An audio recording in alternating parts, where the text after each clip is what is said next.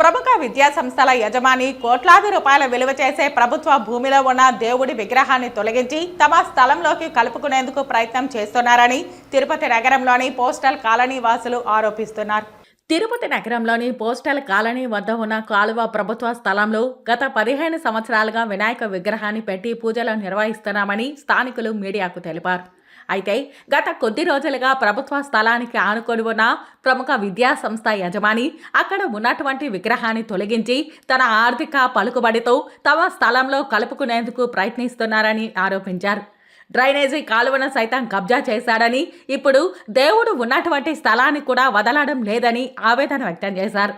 ఇకనైనా అధికారులు స్పందించి ఎన్నో ఏళ్లుగా స్థానికులు పూజిస్తున్న దేవుని గుడిని కాపాడాలని, అలాగే ప్రభుత్వ స్థలంలో కబ్జాకు గురైనటువంటి డ్రైనేజీ కాలువను పరిశీలించి తగిన చర్యలు తీసుకోవాలని కోరారు. మేము చాలా ఏళ్ళకి ఇక్కడికి గుడి పెట్టుకుంటాను.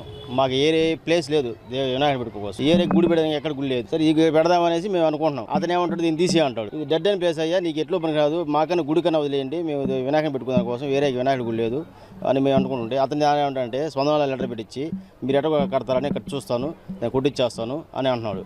ఎట్లా కాదు మేము అడతాం సార్. ఈ ప్లేస్ ఆయన కాదు, డెడ్ అండ్ ప్లేస్ ఇది ఎవరికి పని కాదు. ఇది గవర్నమెంట్ ల్యాండ్, ఆయనకి సంబంధం లేదు. కాకపోతే ఆయన కావాలని వాడు మున్సిపల్ కమిషనర్కి పెట్టడము, సచివాలయం చెప్పడము, వాళ్ళు పంపించడము, జేసీ ప్లేస్ కావడము, ఇట్లే చేస్తున్నాడు. దాన్ని కూల్చే ప్రయత్నిస్తున్నాం. దాని కానీ కూడా మేమంతా ఆపెడుతున్నాం. ఇది పోస్టల్ కాలనీ 4వ వార్డు.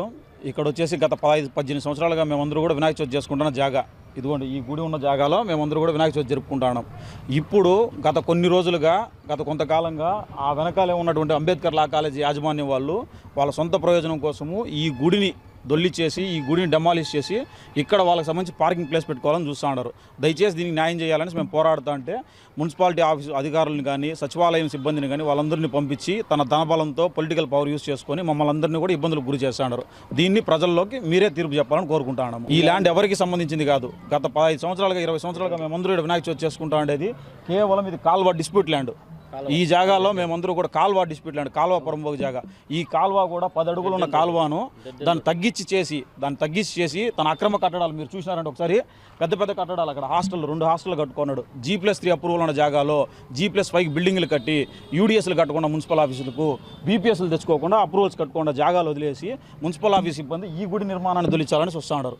ఇక్కడ దాతలందరూ కూడా ప్రతి ఒక్కరూ దీన్ని ఇంకా డెవలప్ చేసుకోవాలని చూస్తా అంటే వాళ్ళందరినీ కూడా భయభ్రాంతులకు గురి చేస్తా అన్నాడు తిప్పారెడ్డి. లా కాలేజ్ యాజమాన్యం తిప్పారెడ్డి, అంబేద్కర్ లా కాలేజీ సంబంధించి ఇప్పుడు గత 2 నెలలుగా 3 నెలలుగా మమ్మల్ని అందరినీ ఇబ్బందులకు గురి చేస్తున్నాడు. గత 6 నెలలుగా వచ్చే జరుగుతున్నది ఏమంటే లోపలంతా రాజకీయాలు మాట్లాడుకుంటా అన్నాడు. మమ్మల్ని అందరూ కూడా భయభ్రాంతులకు గురి చేస్తున్నాడు తీసుకొచ్చి. కేవలం మేము అడిగింది ఏమంటే ఆయన కూడా పెద్ద మనసు చేసుకుని ఈ గుడి నిర్మాణానికి సపోర్ట్ చేస్తే ఇంకా మాకు మంచిదే. ఆయన పేరే మేము ముందుకు చెప్పుకునేది కూడా.